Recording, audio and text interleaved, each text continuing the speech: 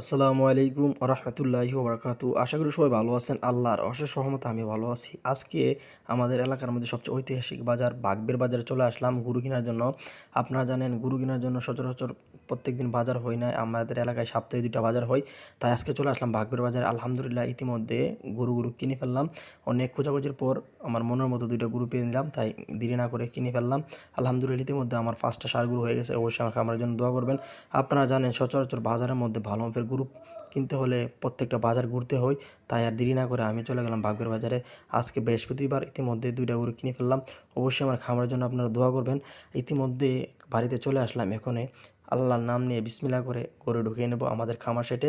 সবাই দোয়া ও প্রত্যাশা রইল। আপনারা জানেন গরু পালনের জন্য সবথেকে ভূমিকা হলো আপনার ঘাস এবং আপনার সঠিক ট্রিটমেন্ট বা যত্ন। রেগুলার পরিশ্রম করলে ইনশাল্লাহ আল্লাহ কখনো বিফলে ফেলায় না। তাই পরিশ্রমের কোনো বিকল্প নেই। কষ্ট বা স্বাবলম্বী হতে হলে অবশ্যই আপনার পরিশ্রম করতে হবে। ধৈর্য সহকারে টিকে থাকতে হলে অবশ্যই আপনার পরিশ্রম করতে হবে। পরিশ্রমে ছাড়া আপনি স্বাবলম্বী বা সাকসেসফুল হতে পারবেন না।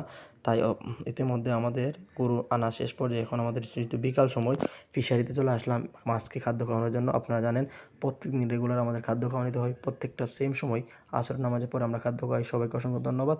আল্লাহ হাফেজ।